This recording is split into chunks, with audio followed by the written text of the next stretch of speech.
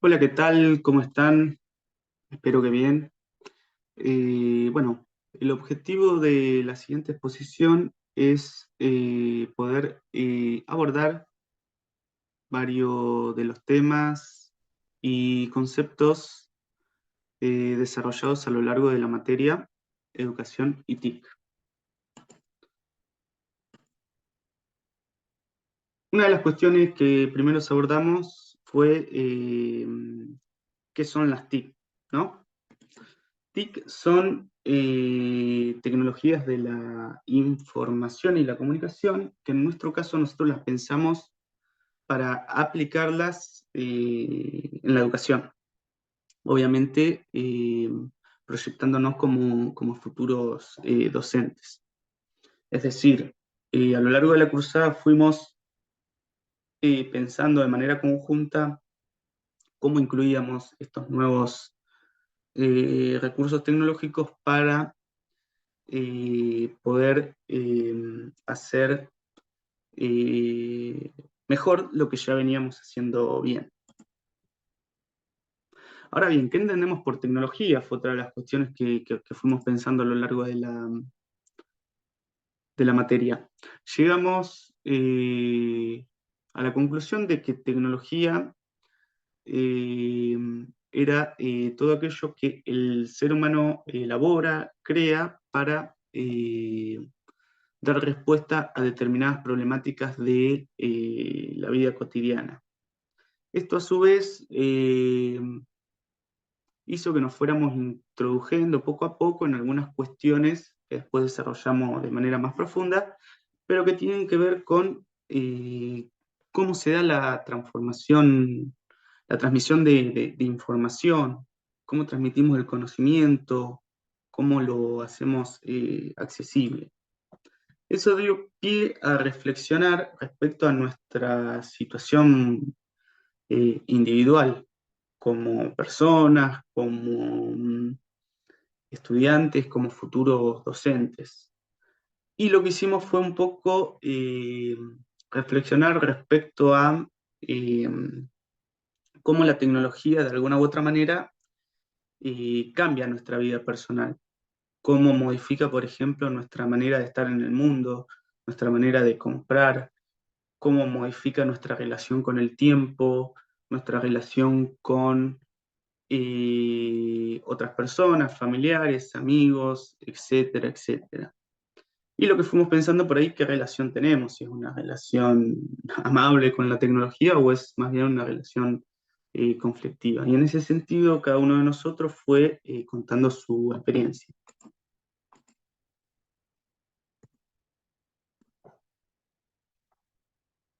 Luego lo que hicimos es trabajar sobre un texto que se denomina Actos, Actores y Artefactos, que un poco lo que hace el texto es relacionar eh, las tecnologías con el contexto social, político, económico, etcétera, etcétera. Es decir, todo cambio tecnológico de alguna manera influye también en las relaciones sociales, en las cuestiones de clases.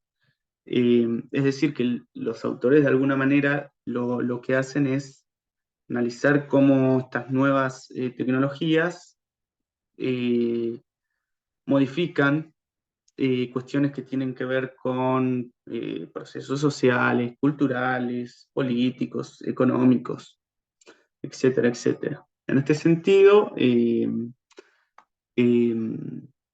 fuimos pensando de manera crítica muchas de estas cuestiones como una manera de empezar a pensar cuáles eran las consecuencias que acarreaba, por ejemplo, el advenimiento de las nuevas tecnologías, de Internet, de cuestiones que hasta hace algunos años eran impensadas, pero que hoy en día forman parte de la cotidianidad de prácticamente cualquier persona, y no solo de cualquier persona, sino de los jóvenes y de nuestros futuros estudiantes por ahí, que era, creo yo, lo que más nos interesaba.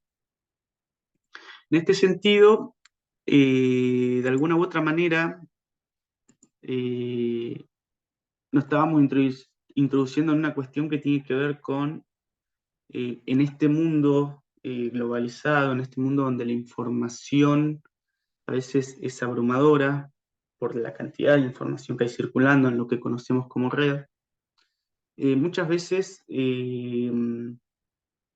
es muy difícil determinar qué información es fidedigna y cuál no. En este sentido, Emilio Ferreiro eh, hace un análisis eh, respecto a esta cuestión en un video que visualizamos en la materia, cuyo título es Si Internet dice siempre la verdad.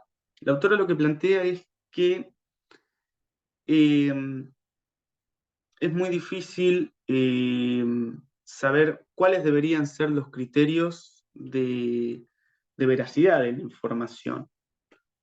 Sobre todo tomando en cuenta que nosotros como futuros docentes, el día de mañana, cuando le pidamos a nuestros alumnos que busquen información en relación a determinada temática, seguramente nuestros alumnos van a acudir, por ejemplo, a Internet.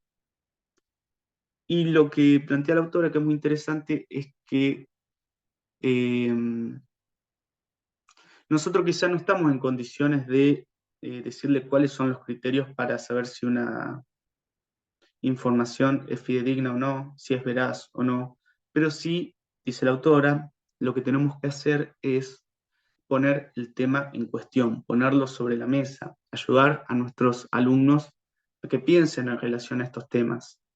Eh, Quizá sin la posibilidad de darles recetas mágicas, criterios acabados respecto a cómo saber si una información es verdadera o falsa, pero sí, por lo menos, poner en tela de juicio esta cuestión según la cual todo lo que circula en Internet es confiable.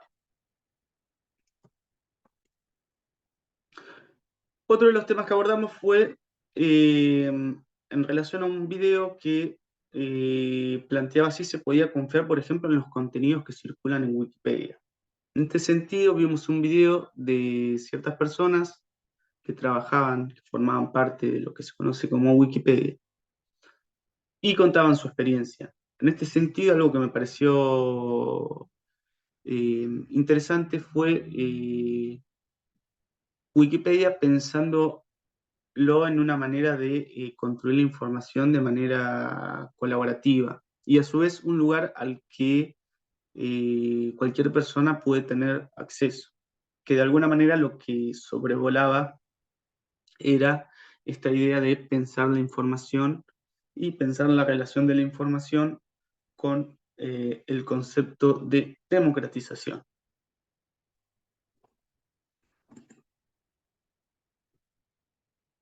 En relación a esto, también vimos un tema eh, que era abordado a través de un texto que se llama Riesgos y promesas de las nuevas tecnologías de la información, de Nicolás Burbules y de Thomas Callister, donde, bueno, los autores lo que plantean es las nociones, las miradas que se tienen en relación a la llegada de las nuevas tecnologías y cómo hay, de alguna u otra manera, dos bandos, aquellos que por ahí tienen una mirada de las tecnologías eh,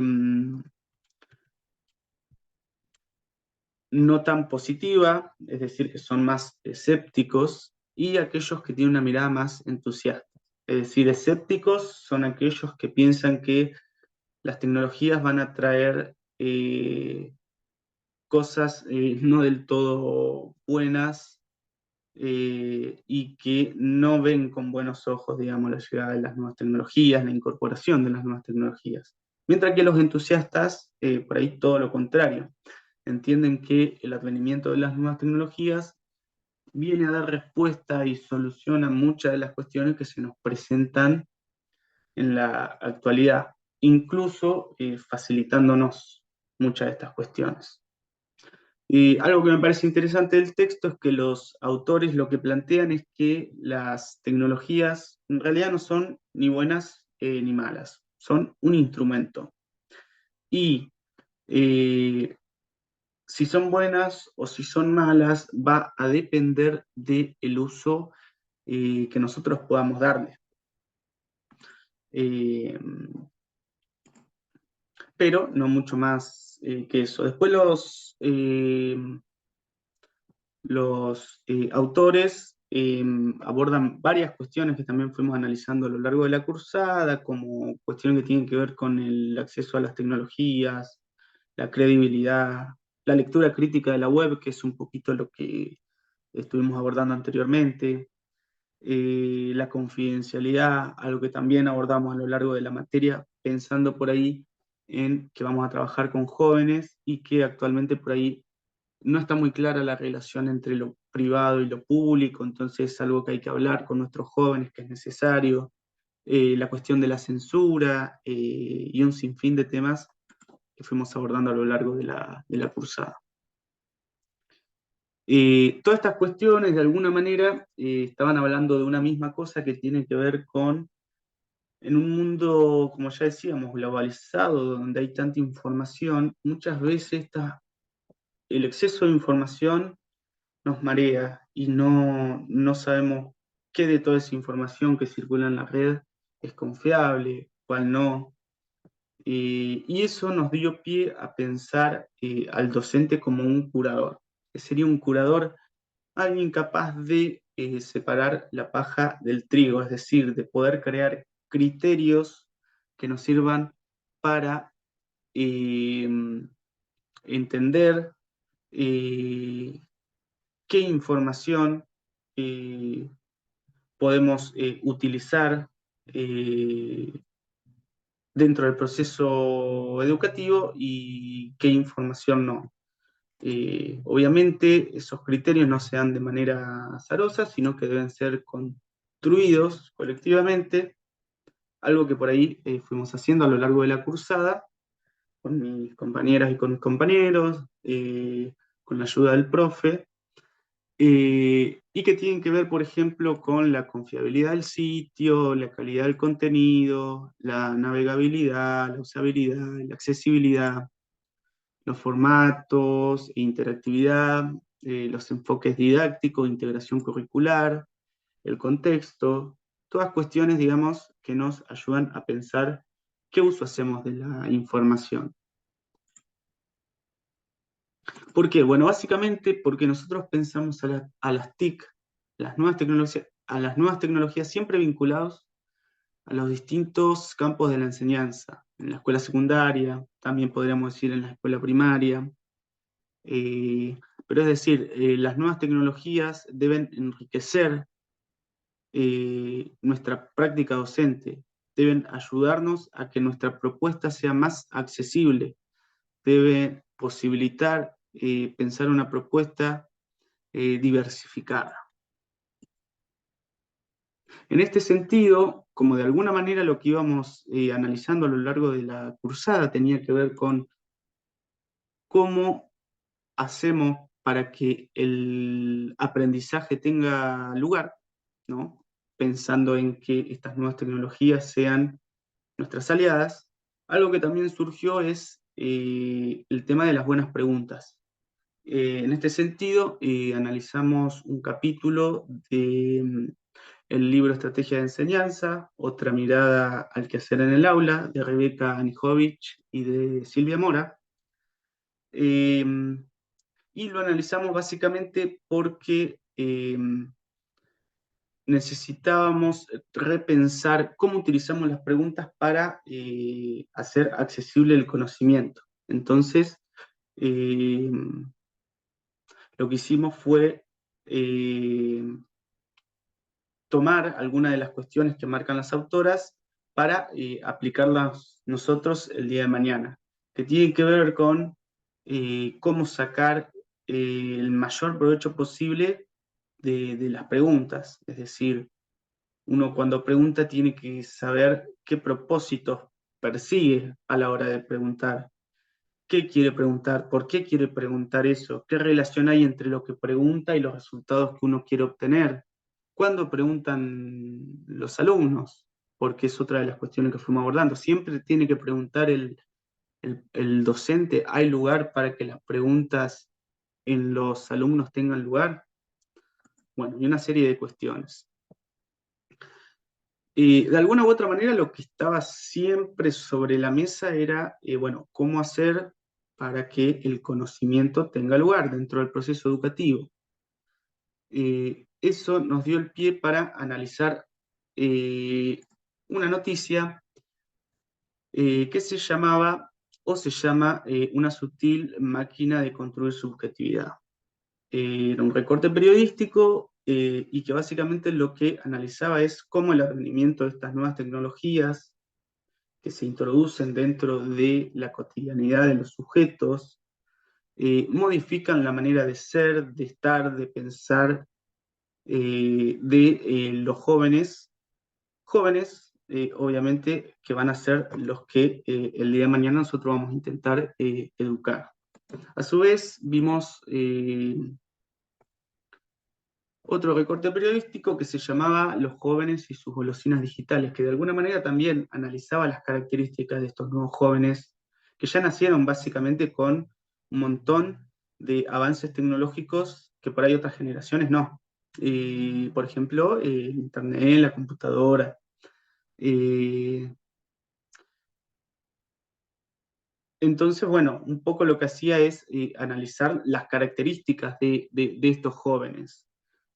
Que son jóvenes, digamos, que viven eh, hiperconectados, jóvenes que les gusta aprender de manera colaborativa, que quieren tener un rol eh, protagónico, que son multitareas, es decir, que pueden hacer varias cosas al mismo tiempo, y una serie de características que a nosotros nos sirvieron para pensar lo siguiente, en relación a cómo creemos que son los jóvenes hoy, bueno, cómo vamos a eh, planificar nuestra propuesta para que sea accesible a ellos y para que les sea significativo. ¿Por qué? Bueno, porque teníamos que pensar de alguna manera cómo hacíamos la selección de los materiales didácticos, porque consideramos, digamos, que la selección de esos materiales didácticos eran un apoyo clave para la buena utilización justamente de los medios didácticos. Por eso considerábamos que eran los pilares de la educación TIC, es decir, un poco en la que ya venimos planteando anteriormente, tomando en cuenta las características de los jóvenes de hoy, pensar la utilización de las nuevas tecnologías puede sernos de gran ayuda y puede ser un gran aliado a la hora de que nuestra propuesta sea llamativa.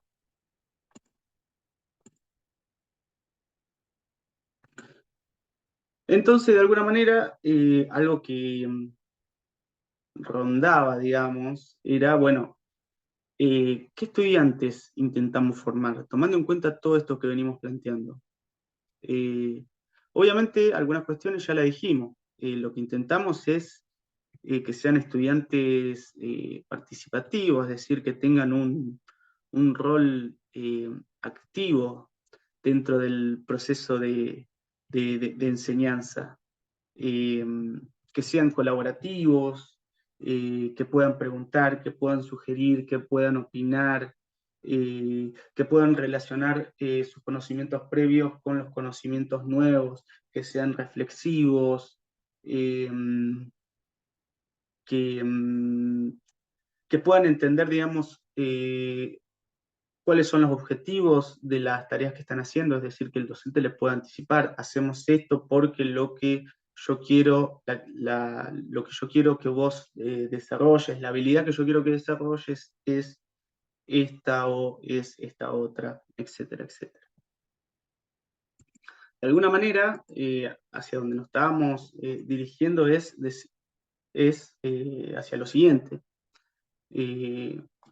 Lo que nosotros intentamos es que nuestra propuesta genere conocimiento en nuestros alumnos. Ahora bien, ¿cómo lo hacemos? Bueno, de alguna manera tomando en cuenta sus características.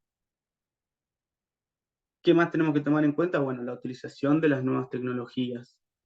¿qué tenemos que hacer? Bueno, pensar en estudiantes que sean constructores del conocimiento, que además de producir algo, existe una instancia en la que ellos lo puedan mostrar, para que eso sea mucho más rico.